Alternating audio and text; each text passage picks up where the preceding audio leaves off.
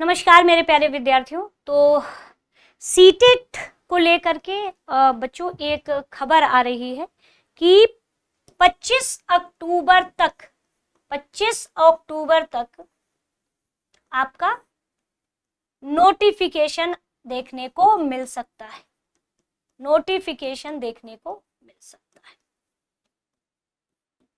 तो इसमें कितनी सच्चाई है? क्या सच में आपका 25 अक्टूबर तक नोटिफिकेशन देखने को मिलेगा?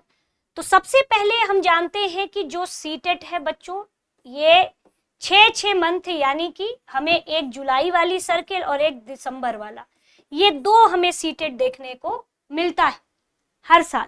लेकिन इस बार आपने देखा कि जुलाई में जो सीटेट की परीक्षा है वो आपकी नहीं हुई। तो यानी कि हम ये पूरी उम्मीद लगा करके बैठे हैं कि जो आपकी सीटेट की परीक्षा है वो दिसंबर वाली होगी। तो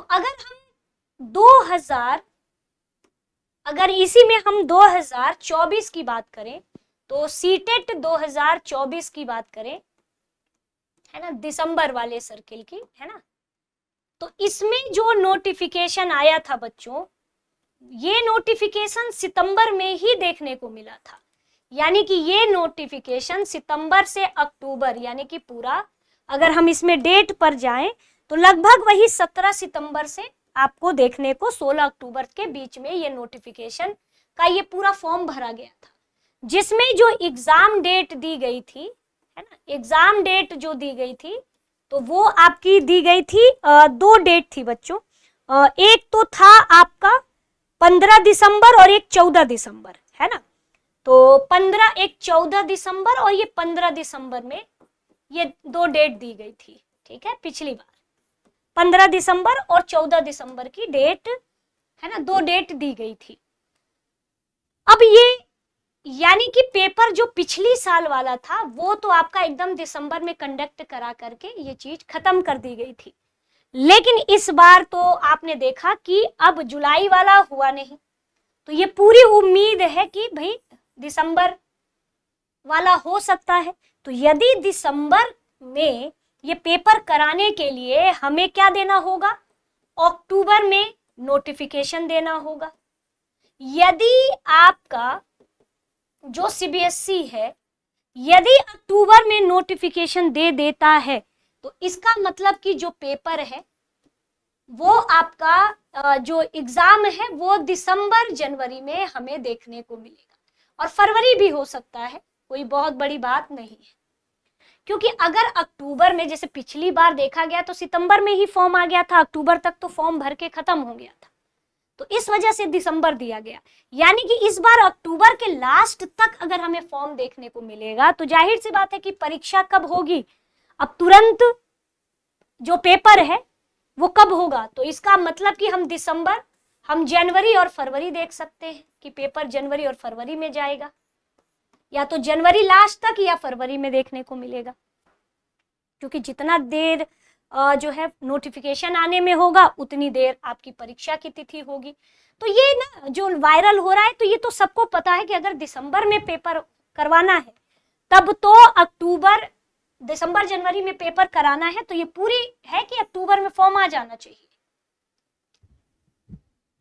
लेकिन अभी भी अगर अक्टूबर में नहीं आता है, तो भाई फिर नवंबर में आएगा,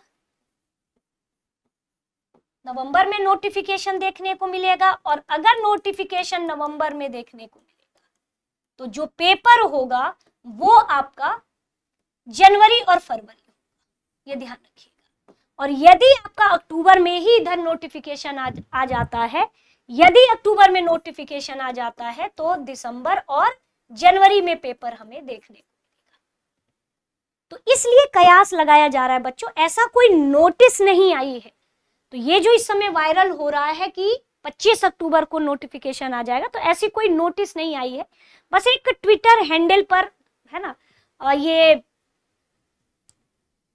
एक ऐसी खबर थी जिसको, उसी खबर पे कयास लगाया जा रहा है कि एकदम 25 अक्टूबर को, भाई नोटिफिकेशन तो सितंबर में भी आ रहा था कि इतनी तारीख को नोटिफिकेशन आ जाएगा, लेकिन हमें सितंबर में देखने को नहीं मिला।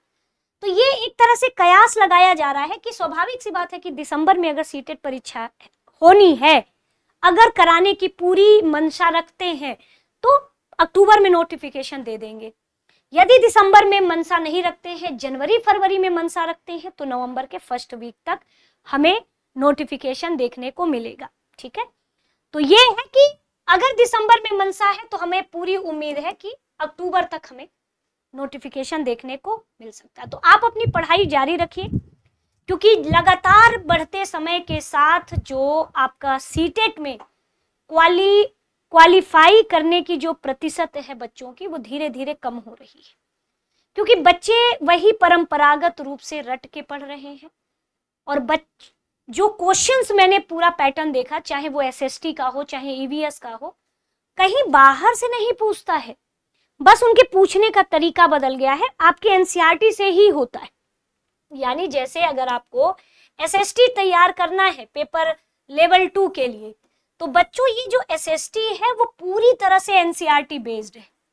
और किस एनसीईआरटी पर आधारित आपको देखने को मिलेगा, तो एक एक क्वेश्चन हम प्रूफ के साथ दिखा देंगे।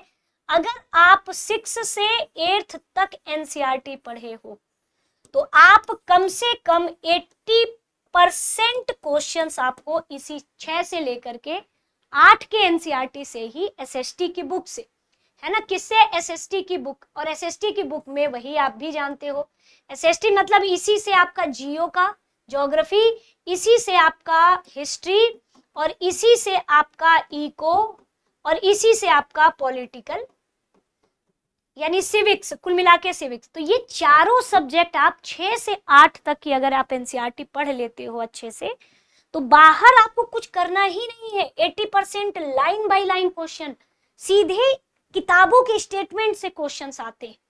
लेकिन हाँ भाई, इधर उधर भटकने से अच्छा है कि अगर आप एनसीईआरटी की सेल्फ अपनी नोट्स बना लेते हो तो ये ज्यादा अच्छा है। यदि अगर हम सीटेट की, अब जैसे हम और विषय की तो बात नहीं कर पाएंगे, अपने ही हम क्योंकि मैं ईवीएस पढ़ाती हूँ तो मुझे ईवीएस के बारे में ही नॉलेज है। यदि हम बात करें ईवीएस की, तो ईवीएस में भी आपके एनसीईआरटी के बाहर एक भी क्वेश्चन नहीं देखने को मिलेगा। इसमें भी 3 से 5 तक की तो एनसीईआरटी आपकी रहनी ही चाहिए, लेकिन सिर्फ यही नहीं रहनी चाहिए, 3 से 5 ही नहीं, लगे हाथ आपको 6 की एनसीईआरटी और 7th की एनसीईआरटी आपको पढ़नी होगी। साथ में ईवीएस 6-7 की एनसीईआरटी के साथ आपको साइंस की भी एनसीईआरटी देखनी होगी, क्योंकि जो ईवीएस सब्जेक्ट होता है वो साइंस, एसएसटी, है ना, साइंस, एसएसटी और खुद ईवीएस, तीनों सब्जेक्ट से मिलकर के ये एक इंटीग्रेटेड सब्जेक्ट होता है।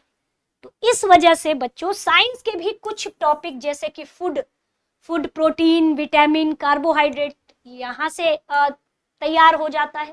बहुत सारी चीजें हैं, जैसे कि तापमान से बहुत सारे क्वेश्चन आते हैं, है ना।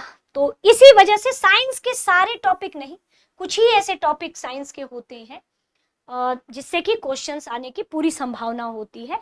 और बाकी तो 3 से 5 की एनसीईआरटी आपको ईवीएस की बुक, ईवीएस की वाली बुक पढ़ना ही पढ़ना होता है। साथ ही साथ 6 से 7 तक की एसएसटी की बुक पढ़ लीजिए, और साथ ही साथ उसके साइंस के जो थीम आधारित आप थीम देखोगे, जैसे भोजन है तो भोजन के साइंस में टॉपिक्स बहुत सारे मिलेंगे, आपको उसमें पढ़ना है। पादप है, पादप के साइंस में बहुत सारे टॉपिक है, प्लांट्स का वो पढ़ लेना है। एनिमल यानी जानवर, जानवर के भी बहुत सारे टॉपिक इसमें है। सिर्फ आप सोचोगे कि भालू रट ले, मतलब स्लॉथ रट ले, हाथी रट ले, टाइगर रट ले, तो ऐसा नहीं है। कुछ चीजें अब हट के भी, अगर 15-15 सवाल का रेशियो हो तो 15 सवाल में 8 सवाल अगर देखा जाए तो थीम आधारित है, बाकी 8 सवाल में आपके यही साइंस और एसएसटी वाली चीजों से पूछ रहा है। ठीक है, तो इस वजह से आप अपनी तैयारी, अभी समय है आपके पास, है ना, तो कम से कम हम चाहो तो आप 2 महीने में आप एकदम कंठस्थ कर सकते हो अपनी सीटेट। और लगातार आप देख सकते हो कि जब से ऑफलाइन पेपर हुआ है तब से जो आपका क्वालिफाई की जो परसेंटेज है, खुद सीटेट ने अपना आंकड़ा जारी किया है कि भाई अब बहुत सारा सिलेक्शन रेशियो, बहुत, कभी 18, कभी, मतलब एग्जैक्ट डेटा तो मुझे याद नहीं, लेकिन बहुत कम हो गया है पहले के अपेक्षा। इसलिए क्योंकि हम बस परंपरागत चीजों को पढ़ रहे हैं, कुछ नया नहीं कर रहे हैं। तो चलिए फिर देखते हैं, बस नोटिफिकेशन का हमारा ये इंतजार रहेगा। बाकी आप दृष्टि लर्निंग ऐप पर भी आप सीटेट के कोर्स में आप जुड़ सकते हैं। यदि आप सेल्फ कुछ नहीं कर सकते तो आप जुड़ सकते हैं। और दृष्टि लर्निंग ऐप पे कल से यानी कि 14 तारीख से आपका 50% जो डिस्काउंट है वो शुरू हो जाएगा। तो देखते हैं बच्चों फिर सीटेट का नोटिफिकेशन कब तक आता है, तब हम लोग उस वीडियो में मिलेंगे। तब तक के लिए दृष्टि टीचिंग एग्जाम यूट्यूब चैनल से जुड़ने के लिए आप सभी का